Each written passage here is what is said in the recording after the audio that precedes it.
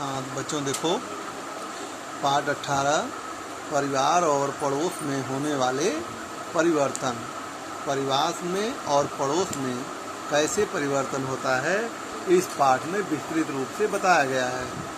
पहला है देखो यहाँ सन 1950, यहाँ पर देखो दिया है 1970 और यहाँ पर दिया है 1990 और ये आज का परिवेश है।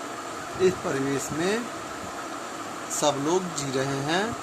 माता पिता भाई बहन दादी दादा माता पिता भाई बहन, दादी दादा माता पिता भाई बहन, ये आज का परिवेश है।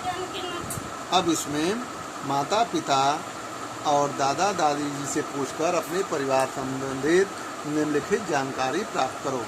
ऊपर दिए गए प्रत्येक वर्ष में संबंधित परिवार में कुल कितने व्यक्ति थे? क्या परिवार के सदस्यों की संख्या में परिवर्तन हुआ? यह परिवर्तन क्यों होता गया? प्रत्येक परिवार के सदस्यों की संख्या अलग अलग हो सकती है। यह संख्या सदैव स्थायी नहीं होती, यह कम अधिक होती है। परिवार के सदस्यों का विवाह होने पर सदस्यों की संख्या में वृद्धि या कमी होती है। विवाह के बाद चाचा चाची भाभी का अपने घर आना और बुआ या बहन का दूसरे घर जाना तुमने देखा होगा। जन्म अथवा मृत्यु के कारण भी परिवार के संख्या में परिवर्तन होता है। जब नई पीढ़ी का जन्म होता है तब परिवार में वृद्धि होती है। बुढ़ापा, बीमारी, दुर्घटना जैसे कारणों से परिवार के सदस्यों की मृत्यु होती है। इससे परिवार की संख्या कम होती जाती है।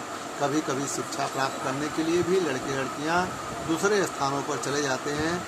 इस प्रकार काम धंधे अथवा नौकरी के लिए भी सदस्य दूसरे स्थान पर जाकर वहीं रहने लगते हैं। इस प्रकार एक स्थान से दूसरे स्थान पर जाकर वहां बसने की क्रिया को स्थानांतरण कहते हैं। अतः विवाह, जन्म, मृत्यु, स्थानांतरण के कारण परिवार के सदस्यों की संख्या अधिक होती है। ऐसा नहीं है कि इस प्रकार के परिवर्तन केवल हमारे ही परिवार में होते हैं, ये परिवर्तन पूरे समाज में होते हैं। देखो बेटे, परिवर्तन ही संसार का नियम है। हमेशा परिवर्तन लगातार होता रहता है। जैसे परिवार में दादा दादी, माता पिता, भाई बहन, बुआ, ये सब होते हैं।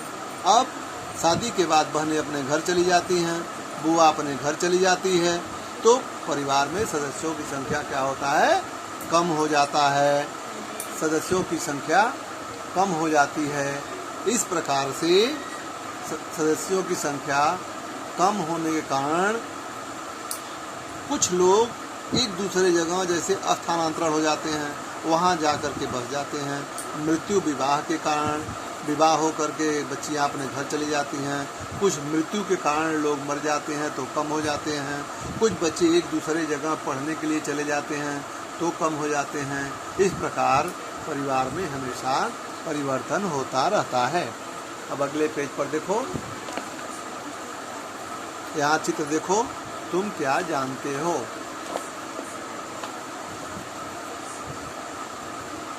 पक्षी भी स्थानांतरण करते हैं। भोजन, आवास, सुरक्षा के लिए अनेक पक्षी स्थानांतरण करते हैं।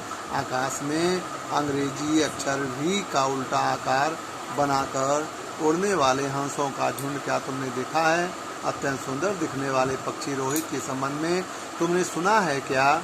ये पक्षी प्रतिवर्ष निश्चित समय पर एक स्थान से दूसरे स्थान की ओर स्थानांतरण करते हैं। कुछ पक्षी उड़ते हुए बहुत दूर तक चले जाते हैं। कुछ पक्षी पास के स्थान पर जाकर रहने लगते हैं। अक्टूबर से मार्च के मध्य रोहित पक्षी महाराष्ट्र में बहुत से स्थानों पर दिखाई देते हैं।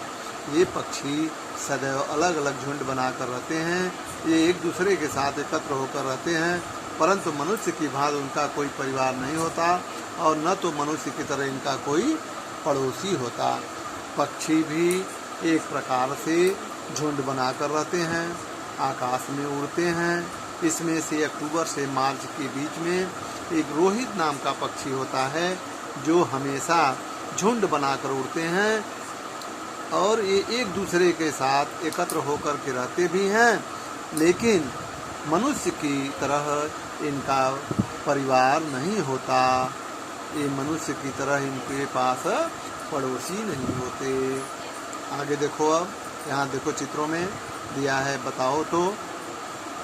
अब यहाँ पास में दिए गए टिकटों के चित्रों को देखो। समाज में होने वाले कौन से परिवर्तन इन टिकटों के चित्रों में दिखाई दे रहे हैं। जब परिवार का कोई सदस्य किसी कारण से दूर जाता है तब पत्र, दूरभाष और इस समय तो इंटरनेट द्वारा संपर्क में बना रहता है। संचार के इन आधुनिक माध्यमों के कारण पूरा विश्व अत्यंत पास आ चुका है। देखो बेटे, ये क्या है? संचार के माध्यम है। क्या होता था पहले? यहाँ देखो, ये टिकट है। डाक द्वारा पत्र के माध्यम से हमें समाचार मिलता था। इसके बाद पक्षियों के माध्यम से समाचार मिलता था। इसके बाद क्या है, फिर यहाँ रेल द्वारा पत्रों को पहुँचाया जाता था एक जगह। अभी क्या है, फ़ोन के द्वारा हम एक स्थान से दूसरे स्थान तक संचार के माध्यम से इसको हम बातचीत करते हैं। एक स्थान से दूसरे स्थान पर जाते नहीं हैं, घर बैठे बैठे फ़ोन द्वारा, मोबाइल द्वारा हम संचार के नए माध्यमों से पूरे विश्व में अत्यंत ऐसा प्रतीत होता है कि हम बहुत नज़दीक हैं।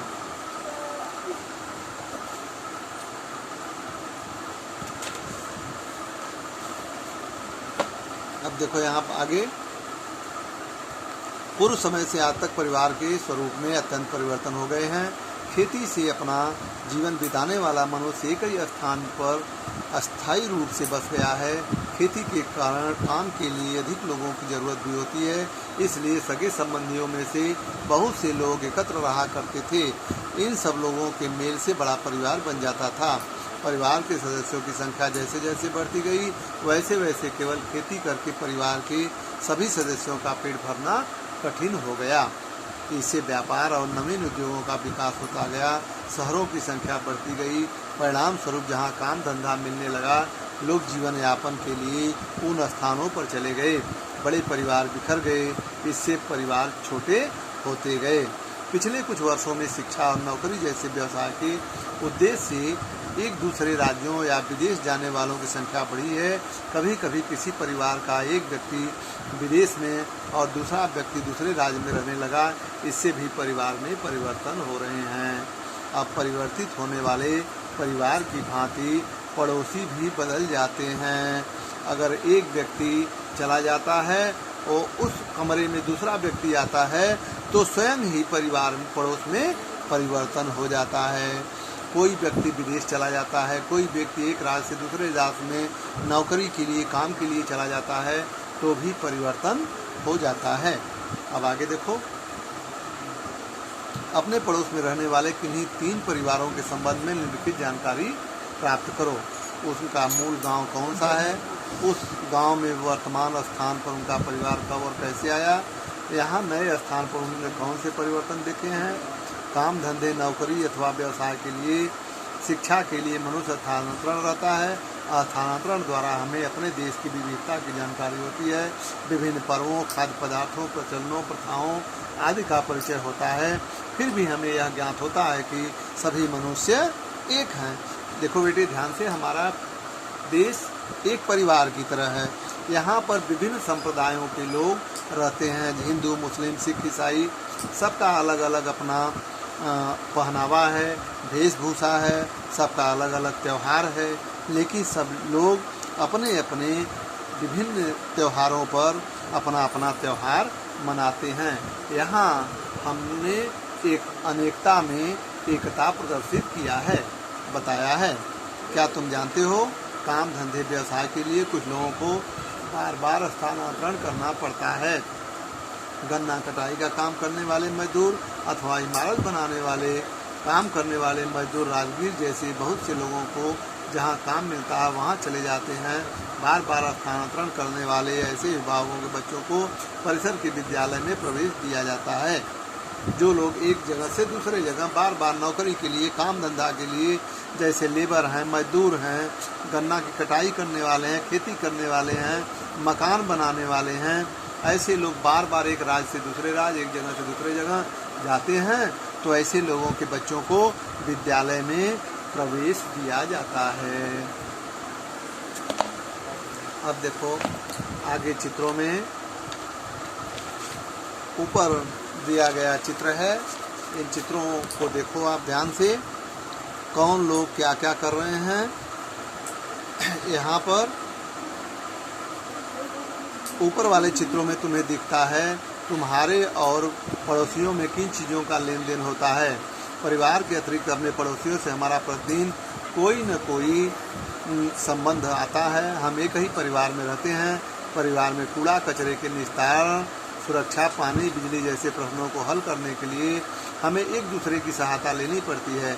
कभी कभी संकट में तो अपने सगे संबंधी हमारी सहायता के लिए आने से पहले अड़ोस पड़ोस के लोग आ जाते हैं। एक दूसरे की सहायता से अपने पड़ोसियों के साथ हमारा संबंध मित्रवत होता है। अपनेपन और मित्रवत संबंधों के कारण हमारा सामूहिक जीवन आनंदमय हो जाता है। किस प्रकार से?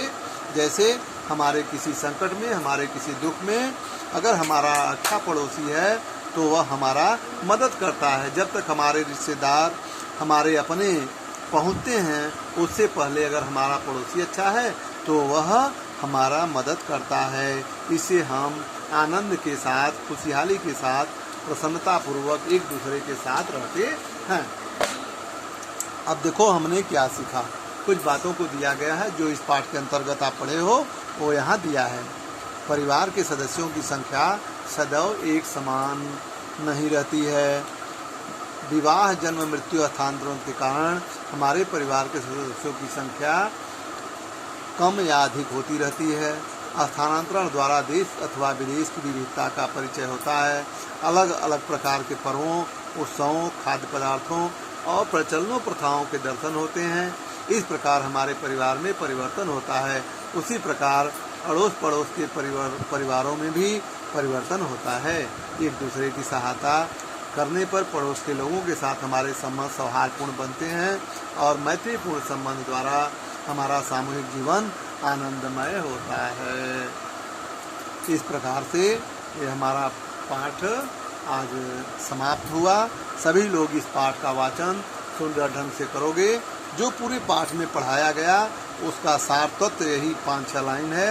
इसको भी आप ध्यान से पढ़ोगे। प्रश्नों के उत्तर अगले दिन लिखा जाएगा। इस पाठ को पढ़ करके आप एक पेज सुंदर अक्षरों में हिंदी और एक पेज अंग्रेजी का सुलेख लिख करके गृह कार्य की कॉपी में भेजोगे। धन्यवाद।